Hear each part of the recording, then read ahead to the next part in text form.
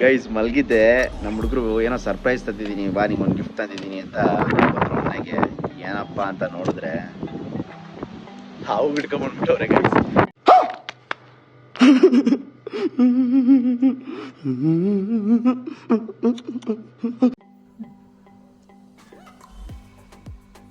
ಏ ನೀನ್ ನೋಡು ಎಲ್ಲ ಬಾಯಿಗೆ ಬಂದೈತೆ ಇರಪ್ಪ ಅಲ್ಲಿ ಬಿಡುವಂತೆ.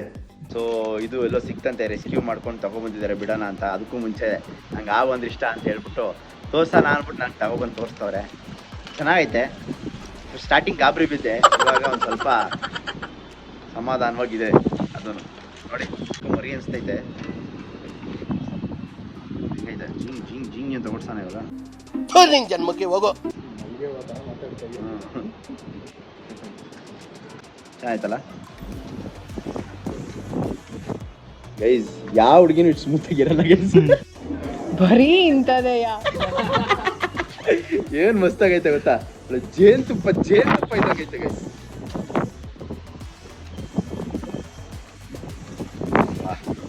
ಕ್ರೇಜಿ ಕ್ರೇಜಿ, ಎಷ್ಟು ಸ್ಮೂತ್ ಆಗೈತೆ ಗೊತ್ತಾ ಗೈಸ್. ಯಾರು ಹಾವು ಹಿಡಿದಿರ್ತಾರಲ್ಲ ಕೈಲಿ ಅವ್ರಿಗೆ ಮಾತ್ರ ಗೊತ್ತಿರ್ತೈತೆ ಸ್ಮೂತ್ನೆಸ್. ಸಾಕಾಗೈತೆ ನೋಡಿ,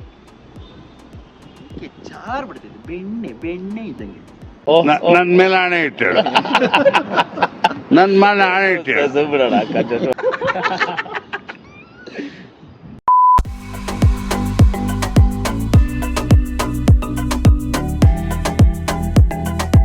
ಏನ ಕೆಪರ್ದುಲ್ಲೆ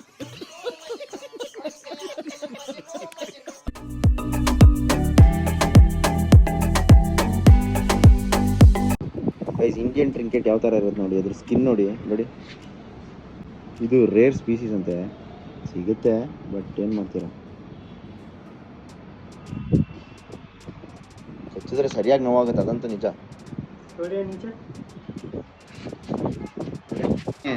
ಕತ್ತಿಗ ಕೇಳ್ತೀನಿ.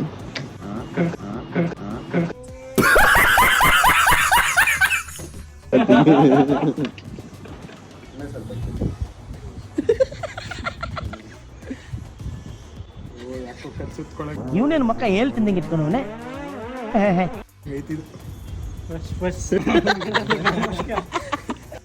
ಗೈಸ್, ನಾವು ಇದನ್ನು ತಗೊಂಡು ಇವಾಗ ತುರಳ್ಳಿ ಫಾರೆಸ್ಟಿಗೆ ಬಂದಿದ್ದೀವಿ, ನೋಡ್ತಿರ್ಬೋದು.